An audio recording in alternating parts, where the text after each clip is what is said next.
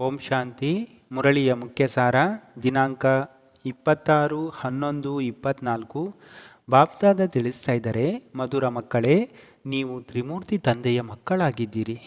ನಿಮಗೆ ತಮ್ಮ 3 ಕರ್ತವ್ಯಗಳ ನೆನಪಿರಲಿ: ಸ್ಥಾಪನೆ, ವಿನಾಶ ಮತ್ತು ಪಾಲನೆ.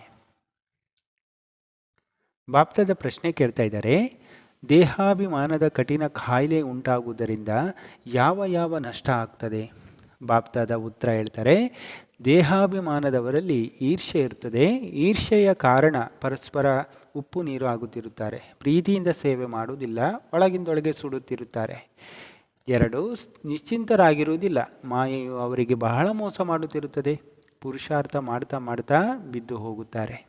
ಇದರ ಕಾರಣ ವಿದ್ಯೆಯೇ ಬಿಟ್ಟು ಹೋಗುತ್ತದೆ.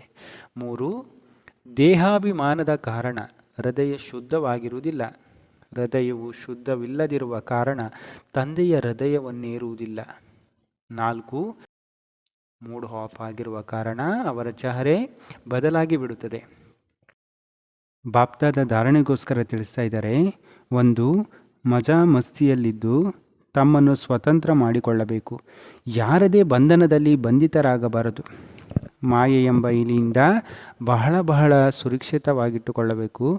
ಎಚ್ಚರಿಕೆಯಿಂದ ಇರಬೇಕು. ಮನಸ್ಸಿನಲ್ಲಿ ಎಂದೂ ಪತಿತ ವಿಚಾರ ಬರಬಾರದು.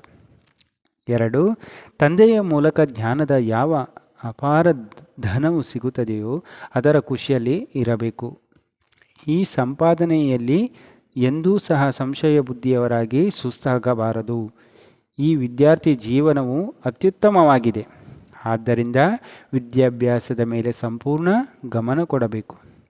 ಬಾಪ್ದಾದ ವರದಾನ ಕೊಡ್ತಾ ಇದ್ದಾರೆ, ಎಚ್ಚರಿಕೆ, ಸದಾ ಎಚ್ಚರಿಕೆಯಿಂದ ಇರುತ್ತಾ ಎಲ್ಲರ ಆಸೆಗಳನ್ನು ಪೂರ್ಣ ಮಾಡುವಂತಹ ಮಾಸ್ಟರ್ ಮುಕ್ತಿ ಜೀವನ್ ಮುಕ್ತಿ ದಾತ ಆಗಿರಿ.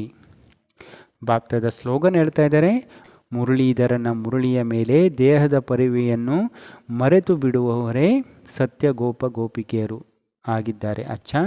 ಓಂ ಶಾಂತಿ.